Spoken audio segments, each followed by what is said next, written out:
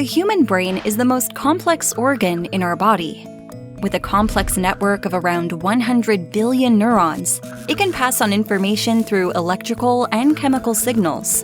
In this network, it is vital to maintain a perfect balance between excitatory and inhibitory signals, capable of increasing or decreasing the electric activity of neurons. In some diseases like epilepsy, this balance is temporarily compromised.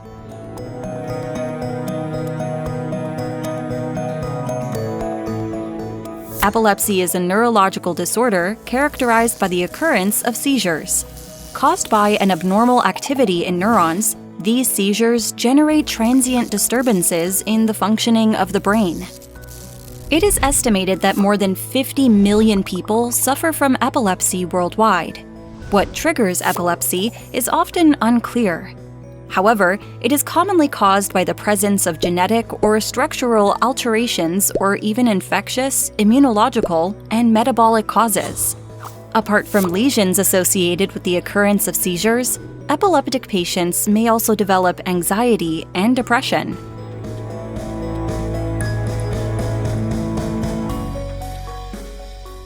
Seizure onset is mostly sudden and unpredictable, and lasts from few seconds to few minutes. The most common type of seizures is known as focal. These affect a smaller and more localized number of neurons. Focal seizures can occur with or without loss of consciousness and can show up as simple and involuntary movements or as automatic and apparent disproportionate movements. Generalized seizures are caused by changes in the electric activity of a wider number of neurons in both sides of the brain. In most cases, it leads to changes in consciousness. Absent seizures and those known as convulsive seizures are the most common example.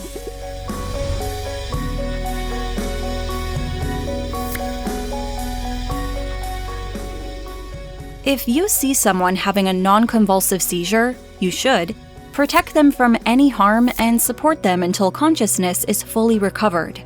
If you see someone having a convulsive seizure, you should remain calm and control the duration of the seizure. Put a towel or jacket under their head. Put away any objects that may harm the patient and remove any accessories that can restrict their breathing. Whenever possible, put the patient in the recovery position and stay with them until they recover consciousness and normal breathing.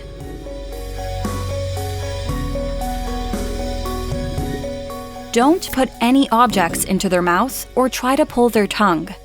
Don't force the person to stay still. Don't give them anything to drink. If the seizure lasts for more than 5 minutes, if it leads to injuries, or if the patient has difficulties in recovering proper breathing, call an ambulance. If it is your first seizure, contact your doctor. Nowadays, most patients can reduce or eliminate the occurrence of seizures through treatments with anti-epileptic drugs. In a smaller number of cases, seizures persist despite the correct treatment and dosage of these drugs. These are known as refractory epilepsies. In these cases, other therapeutic strategies should be considered. Furthermore, the scientific community keeps making efforts to develop novel therapies. In multidisciplinary teams, scientists use advanced techniques to picture and record electric signals in neurons and use cellular and animal models to mimic and study the pathophysiology of the epileptic brain. It is in this context that the Epi-Epinep project was created. Epi-Epinep brings together recognized scientists from 4 research institutions located in Lisbon, Amsterdam, Rome, and Lund.